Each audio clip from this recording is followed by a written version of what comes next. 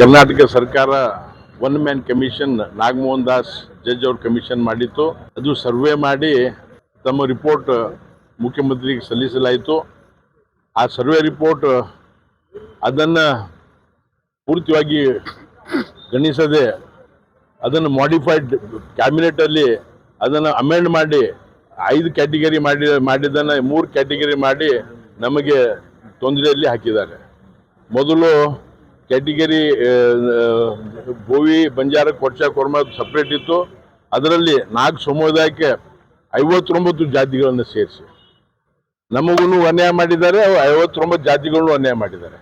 ಮತ್ತೆ ಆ ನಾಗಮೋಹನ್ ದಾಸ್ ವರದಿಯಲ್ಲಿ ಬಹಳಷ್ಟು ನ್ಯೂನತೆಗಳವ. There are many shortcomings. ಅದು ಕೇವಲ 1 ವರ್ಷದ್ದು ಸ್ಟ್ಯಾಟಿಸ್ಟಿಕ್ಸ್ ತೊಗೊಂಡು ನಮ್ಮ ಕೆಲವು ಜಾತಿ ಮುಂದುವರೆದಿ ಅಂತ ಹೇಳಿ ಬಿಂಬಿಸೋ ಪ್ರಯತ್ನ ಮಾಡ್ಯಾರ. ಅದನ್ನು ಎಕ್ಸೆಪ್ಟ್ ಮಾಡಬಾರ್ದು. ನಾಗಮೋಹನ್ ದಾಸ್ ವರದಿ ಅಲ್ಲ, ನಮ್ಮದು ಮಾಧುಸ್ವಾಮಿ ವರದಿ ಎಕ್ಸೆಪ್ಟ್ ಮಾಡ್ಬೇಕಂತ ಹೇಳಿ ನಮ್ಮ ಒತ್ತಾಯ ಇದೆ.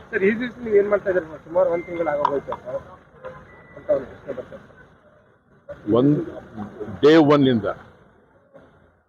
ಇವತ್ತು ವರದಿ ಸಬ್ಮಿಟ್ ಆದಾಗಿಂದ ಇಲ್ಲಿವರೆಗೆ ನಮ್ದೆಲ್ಲ ಎಲ್ಲ ಕಡೆ ಪ್ರೆಸ್ ಮೀಟ್ ಆಗಿದೆ, ಕಾನ್ಫರೆನ್ಸ್ ಆಗಿದೆ, ಆಕ್ಷನ್ ಆಗಿದೆ. ಎಲ್ಲ ಕಡೆಯಿಂದ ಜನರು ಜಾಗೃತಿ ಮಾಡೋ ಪ್ರಯತ್ನ ಆಗ್ತಾ ಇದೆ. ನಾವು ಈಗಾಗಲೇ ಬಹಳಷ್ಟು ಮೆಮೊರಾಂಡಮ್ ಇವತ್ತು ಕರ್ನಾಟಕ ಬಂಜಾರ ಸೇವಾ ಸಂಘ 31 ಜಿಲ್ಲಾದಲ್ಲಿ ಒಂದು 20 ಜಿಲ್ಲಾ ಡಿಸಿಗಳಿಗೆ ಮೆಮೊರಾಂಡಮ್ ಕೊಟ್ಟಾರ.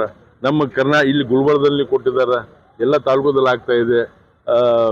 ತಾವು ಕೂಡ ಇದನ್ನು ಅಪ್ಡೇಟ್ ಮಾಡಿ ಜನರಿಗೆ ತಿಳಿಸುವಂತ ಕೆಲಸ ಮಾಡಬೇಕಂತ ನಮ್ಮ ವಿನಂತಿ. ಸುಪ್ರೀಂ ಕೋರ್ಟ್ ಉಲ್ಲಂಘನೆ ಕೂಡ ಆಗಿದೆ ಅಂತ ಹೇಳ್ತಾ ಇದ್ದಾರೆ. ನಮ್ಮದು ಸುಪ್ರೀಂ ಕೋರ್ಟ್ ದಸ್ತಾಂಶಗಳು ಸರಿ ಮಾಡಿಲ್ಲ ಅಂತ ಹೇಳಿ ಕೆಲವರು ವಾದ ಇದೆ. ಅದ್ರ ಬಗ್ಗೆ ನಾವು ಕರೆಕ್ಟಾಗಿ ರಿಪೋರ್ಟ್ ತೊಗೊಂಡು ಅದರ ಬಗ್ಗೆನೂ ಕಾನೂನು ಪ್ರಕಾರನೂ ಹೋರಾಟ ಮಾಡೋದು. ಇನ್ನು ಮಾಧುಸ್ವಾಮಿ ವರದಿ ಎಕ್ಸೆಪ್ಟ್ ಮಾಡ್ಬೇಕಂತ ನಮ್ಮ ಬೇಡಿಕೆ ಏನಂದ್ರೆ,